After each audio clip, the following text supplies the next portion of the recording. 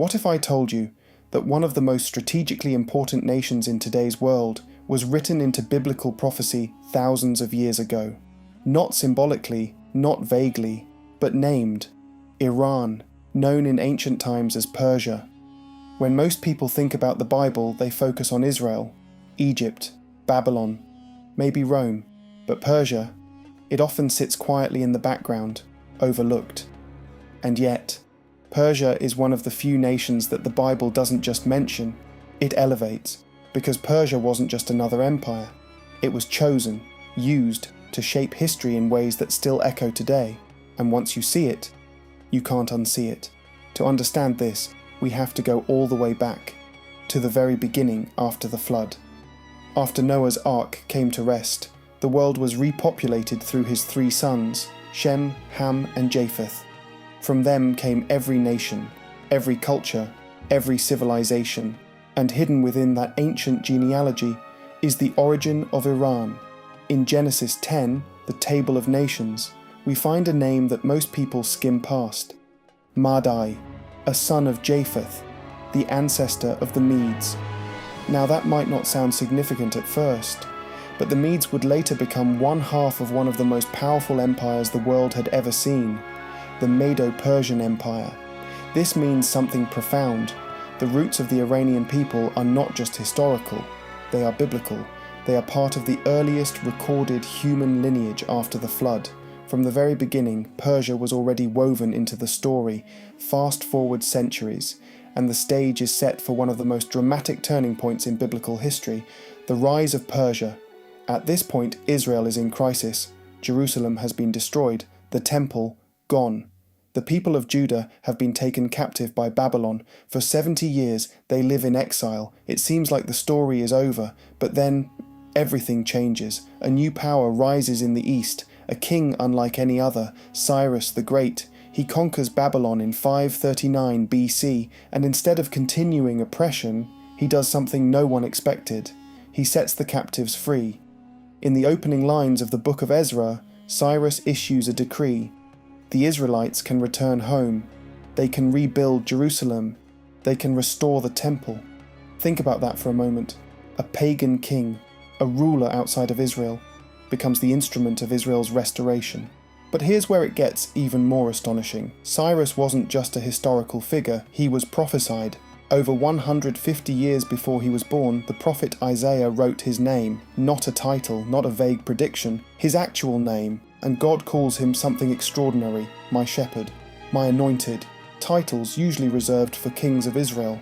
So how does a foreign ruler receive such a designation? Because this moment reveals something deeper. God's sovereignty isn't limited by borders, nations, or belief systems. He can raise anyone, use anyone, direct history itself. Cyrus wasn't just making political decisions, he was fulfilling prophecy. But Persia's role doesn't end there, because the story takes another dramatic turn in the book of Esther. Now we're in the Persian Empire under King Xerxes, a vast kingdom stretching across continents, powerful, influential, unstoppable. But within that empire, a hidden threat emerges. A man named Haman rises to power, and he harbours a deep hatred for the Jewish people. Through manipulation and deception, he convinces the king to sign a decree. The Jews are to be annihilated, completely wiped out. Once again, the survival of Israel hangs in the balance.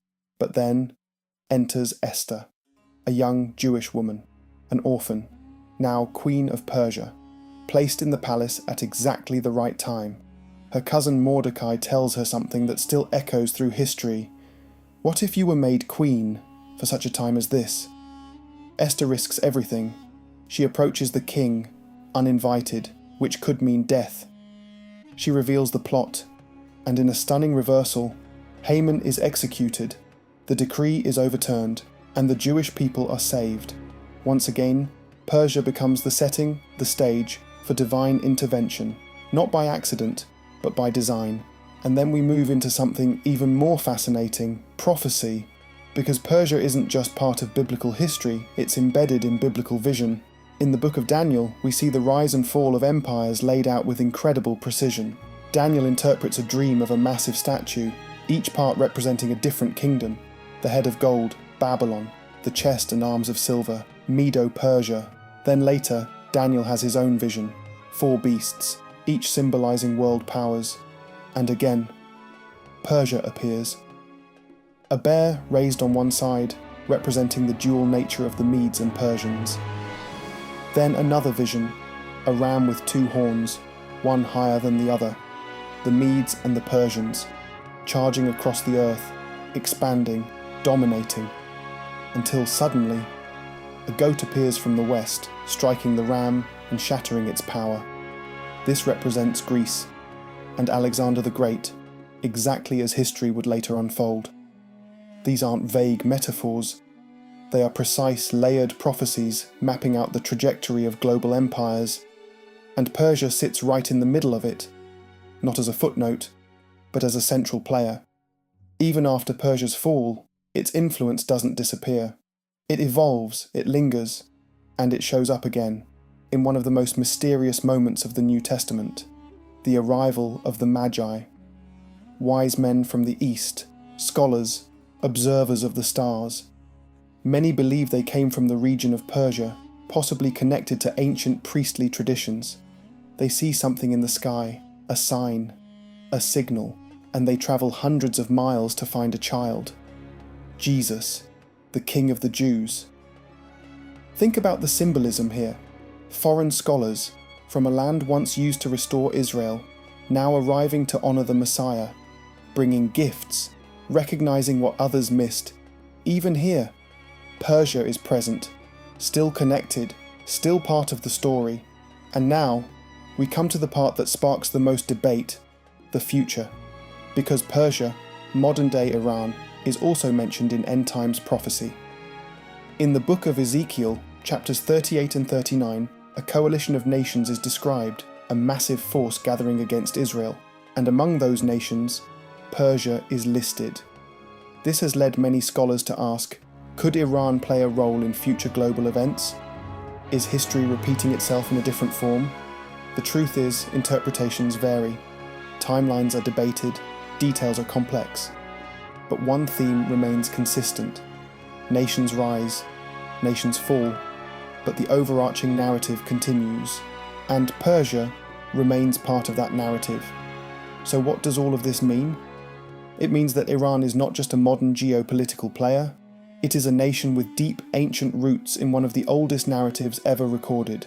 A nation that traces back to the descendants of Noah, helped restore Israel after exile, protected the Jewish people from destruction, was named in prophecy before its rise, appears in visions that map out world history, and may even have a role in what's still to come. That's not coincidence. That's continuity. The story of Persia challenges the way we think about history, because it shows us that history isn't just random events unfolding.